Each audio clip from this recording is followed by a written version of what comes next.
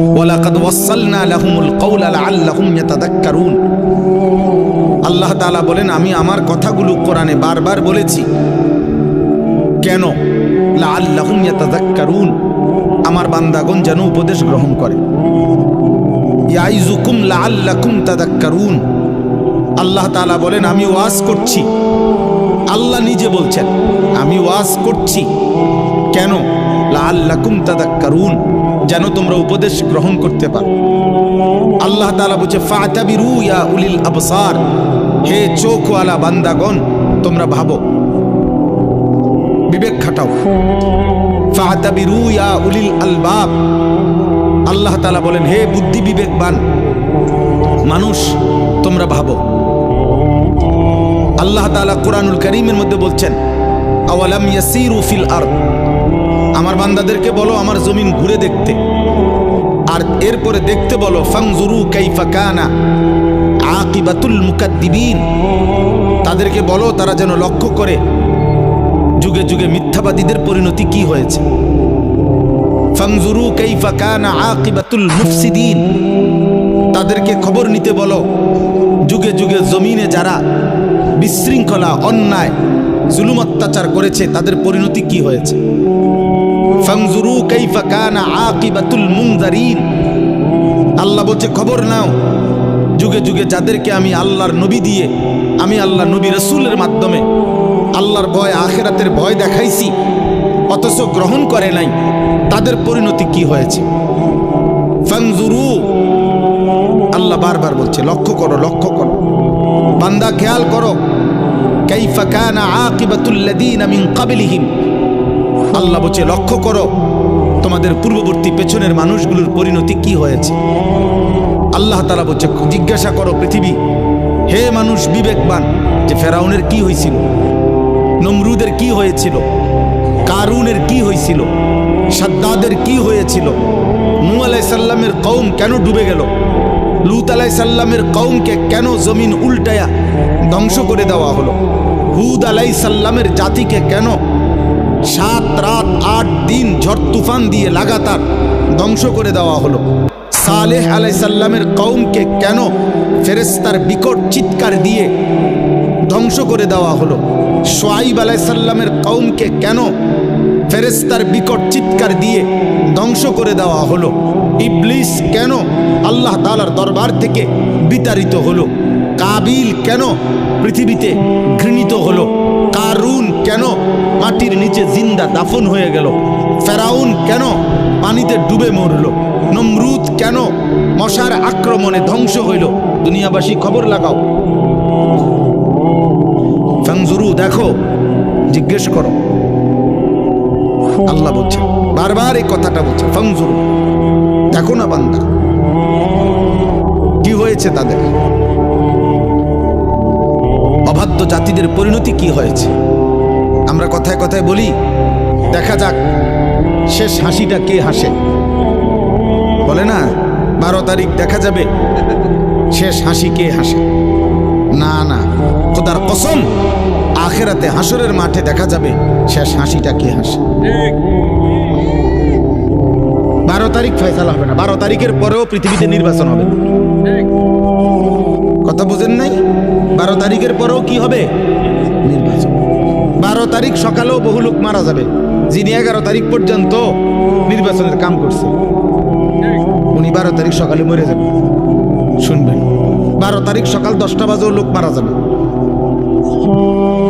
12 তারিখ দুপুরবেলাও লোক মারা যাবে।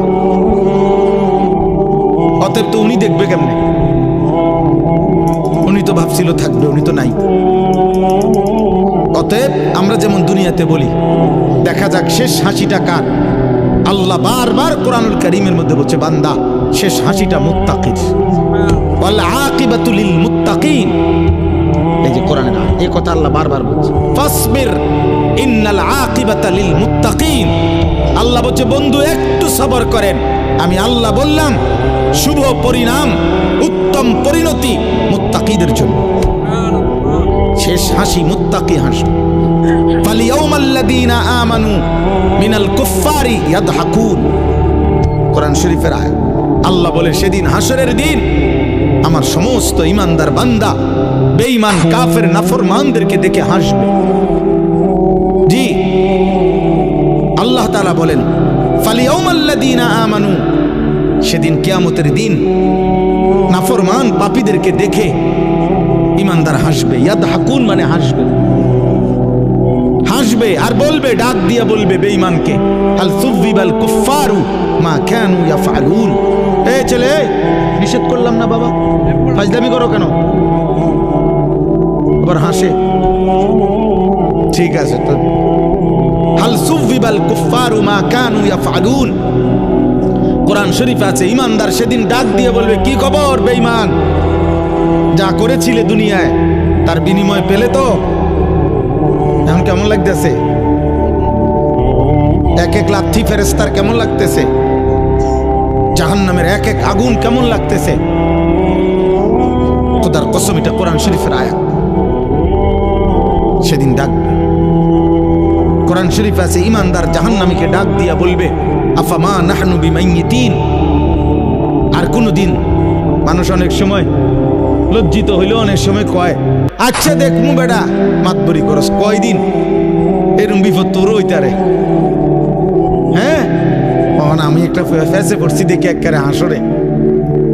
তো আল্লাহ তাআলা বলেন ইমানদার জান্নাতি বান্দা সেদিন বেঈমানের দুঃখ কষ্ট যন্ত্রণা লজ্জা অপমান আরো বাড়ায় দিবে এই কথা বইলা যে দোস্ত, আর কোনোদিন তোরও মৃত্যু হবে না, আমারও মৃত্যু হবে না, আমার সুখ আর শেষ হবে না, তোর কষ্ট আর কোনোদিন শেষ হবে না। আফামা নাহনু বিমাইয়িতিন। আল্লাহ তাআলা বলছেন ফাত্তালা ফারাআহু ফি সাওয়াইল জাহিম। প্রত্যেকটা ইমানদার জান্নাতি তার পরিচিত জাহান্নামীদেরকে সরাসরি জান্নাত থেকে বসেই জাহান্নামে দেখবে আযাবের মধ্যে হাবুডুবু খাচ্ছে। কোন মানুষের জন্য এটা বড় অপমান যে ফিডা খাইলে খাইছি আর কি, তে দেখ গেলে লোকা হায় হায় হায়, তে তো আমার পরিচিত, তে তো এলাকা দিয়ে কইয়া দিব,